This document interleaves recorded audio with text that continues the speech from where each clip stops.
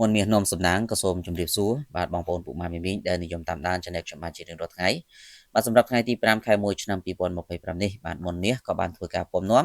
បាននៅតម្រុយលេខឆ្នោតយួនល្អៗដើម្បីធ្វើការចែកជូនទៅកាន់បងប្អូនពុកម៉ែមីមីងទាំងអស់គ្នាយកទៅធ្វើការផ្សងសំណាងទាំងអស់គ្នាអញ្ចឹងបងប្អូន